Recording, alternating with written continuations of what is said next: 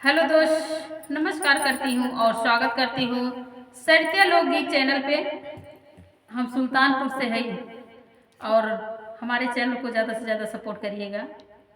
जितने लोग भाई बहन मेरे देख रहे हैं सुल्तानपुर के और देशवासियों को, सबको मेरी यही प्रार्थना है कि मेरे चैनल को आगे बढ़ाइए। बहुत ही प्यारा विवाह गीत, दर्द भरा गीत है, आप लोग सुनिएगा और बताइएगा कैसे है ये गीत। और लक्ष्मी देवी 1991 भी चैनल पे गीत जाएगा। दोनों ही चैनल को आप लोग सपोर्ट करिएगा। बहुत ही प्यारा है, लीजिए सुनिए और आनंद लीजिए। बाबा के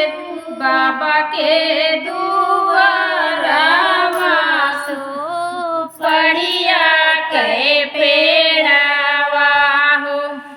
बाबा के दुआरावा सुपाड़िया के पेड़ा। बाबा के दुआरा वासु पढ़िया के पेड़ावा हो। नौआ तोरई बिन सारजी भीतरा से निकाली है बुआ हो कामन रानी। भैली ढेवढ़िया के ठाढ़ जी भीतरा से निकाली है बुआ हो कामन रानी।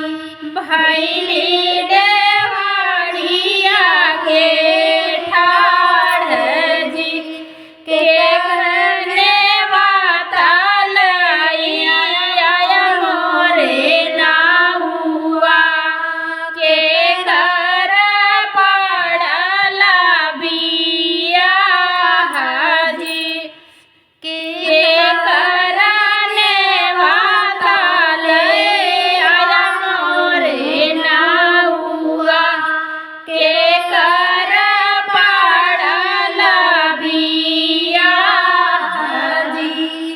तोहरे बताले आया मोरी बहिनी पड़ला भतीजे के बिया जी।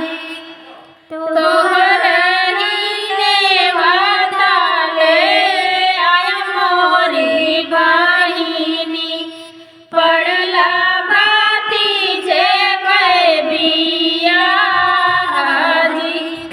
नैहर काट भतीज के बिया।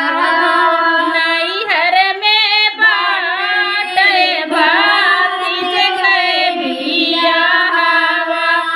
ससुरे में देवर के बिया जी। कैसे का चल बनौआ भैया के नेवातवा। तू ही लावाटी घर जाए जी।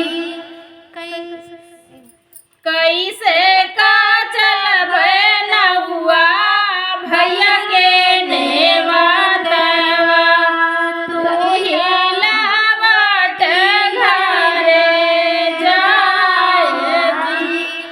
सासू जे पाही नाई चटक चुनारिया ननदी गले कई हार जी।